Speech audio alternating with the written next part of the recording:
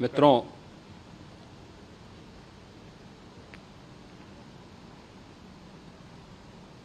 महाकुंभ प्रयागराज का आज मौनी अमावस्या का मुख्य स्नान है और कल सायंकाल 7 बजे से ही काफ़ी बड़ी संख्या में श्रद्धालुजन प्रयागराज पहुंच करके स्नान भी कर रहे थे और काफ़ी बड़ी संख्या में श्रद्धालुजन ब्रह्म मुहूर्त का भी इंतजार कर रहे थे। एक दुर्भाग्यपूर्ण हादसा इसी दौरान अखाड़ा मार्ग पर संगम के तट पर हुआ, जिसमें 90 से ज़्यादा लोग गंभीर रूप से या सामान्य रूप से घायल हुए। यह हादसा भारी भीड़ के द्वारा अखाड़ा मार्ग के बैरिकेडिंग्स को तोड़ने और उसके बाद उससे कूद करके जाने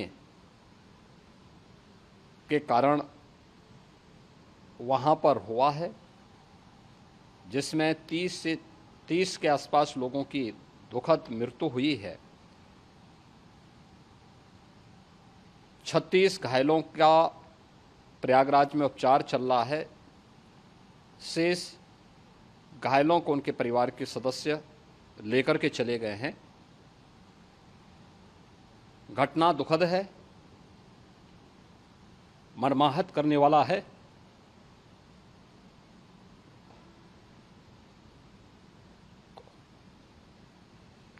उन सभी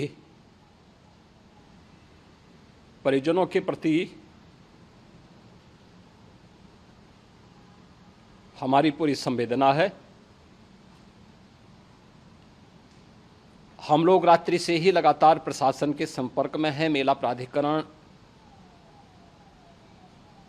पुलिस प्रशासन, एनडीआरएफ, एसडीआरएफ,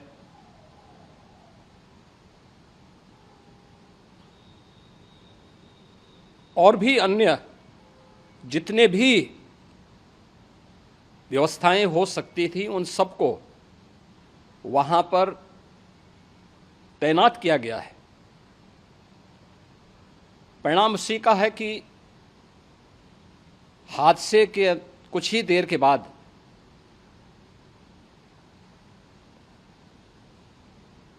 राहत कार्य को ग्रीन कॉरिडोर बना करके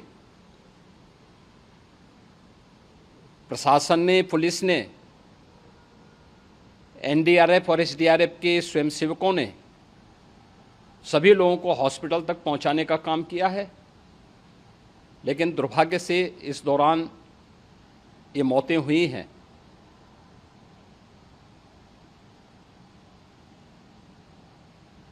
स्वाभाविक रूप से इन सब मुद्दों पर प्रश्न उठना स्वाभाविक भी है।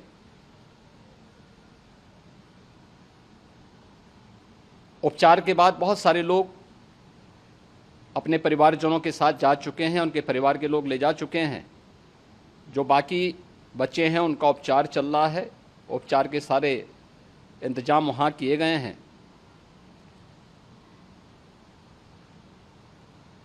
प्रेशर मौनी अमावस्या का ये मुख्य स्नान है महाकुंभ का, और बहुत ज़्यादा प्रेशर प्रयागराज में होने के कारण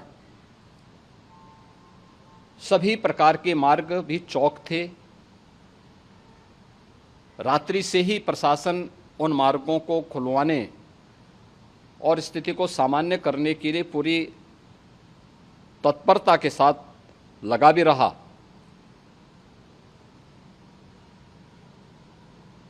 ये सभी घटनाओं के बाद, ये जो हादसा हुआ है, इस हादसा के बाद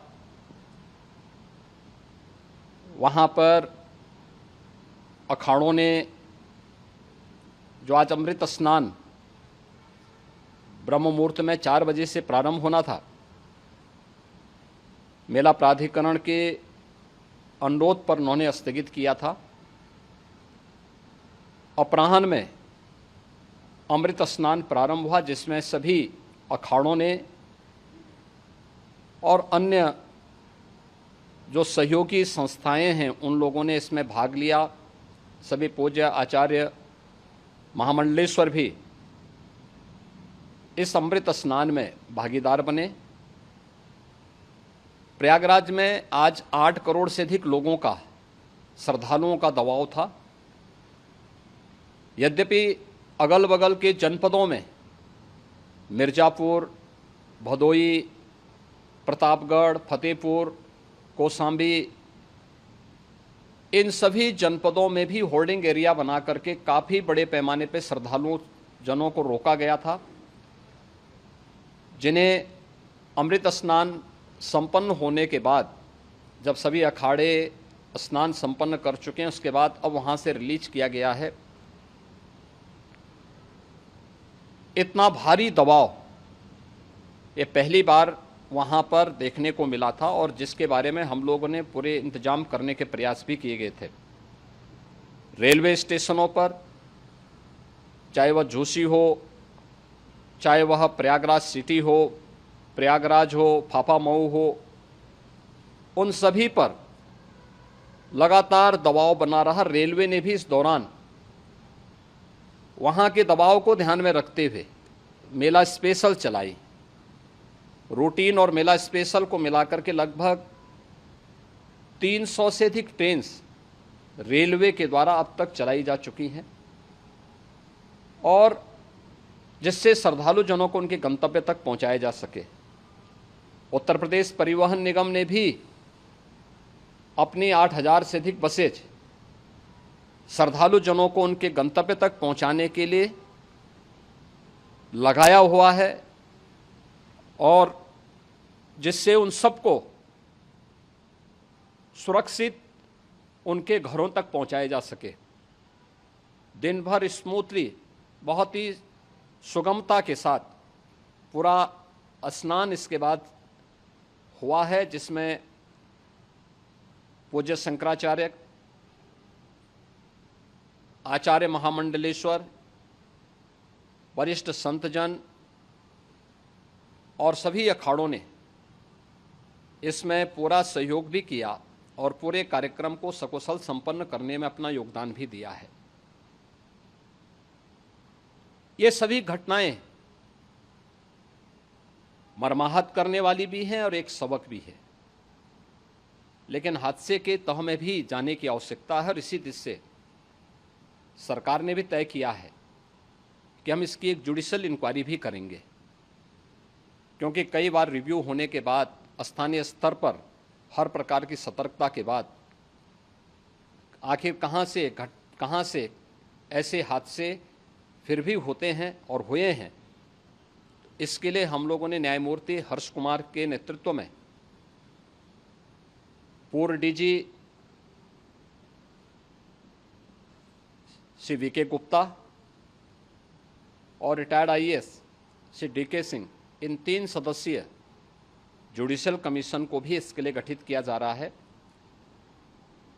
इन सभी अन्य कार्यों के साथ साथ हम लोगों ने वहाँ की पूरी घटना पर आज पूरे दिन भर एक एक घटना को लेकर के मुख्यमंत्री का जो कंट्रोल रूम था, उस कंट्रोल रूम से भी, चीफ सेक्रेटरी के कंट्रोल रूम से भी, डीजीपी के कंट्रोल रूम से भी लगातार इन चीज़ों की मॉनिटरिंग की जाती रही।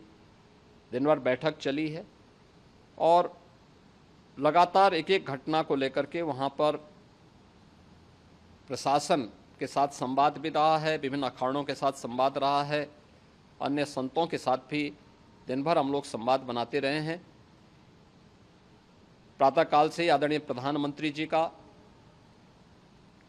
माननीय गृह मंत्री जी का, माननीय राष्ट्रीय अध्यक्ष जी का, अन्य तमाम केंद्रीय मंत्रियों का, माननीय रेल मंत्री जी का, प्रदेश की माननीय राज्यपाल महोदया का भी इस संबंध में बराबर आवश्यक दिशा निर्देश भी और मार्गदर्शन भी प्राप्त होता रहा।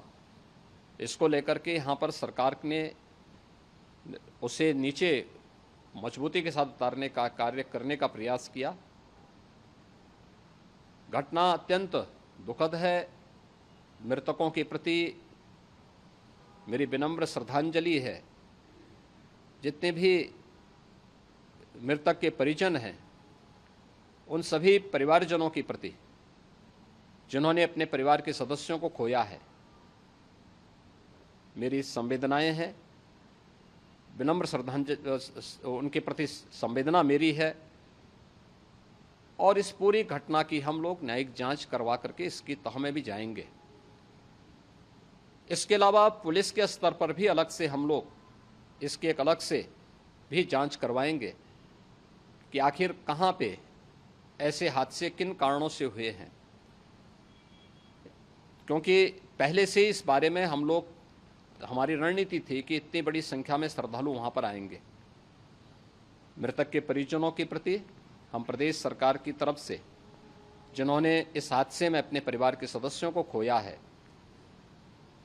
वहां पर मेला प्राधिकरण के पास वो पूरी सूची है, उन लोगों ने उसको वहां पे जारी भी किया है।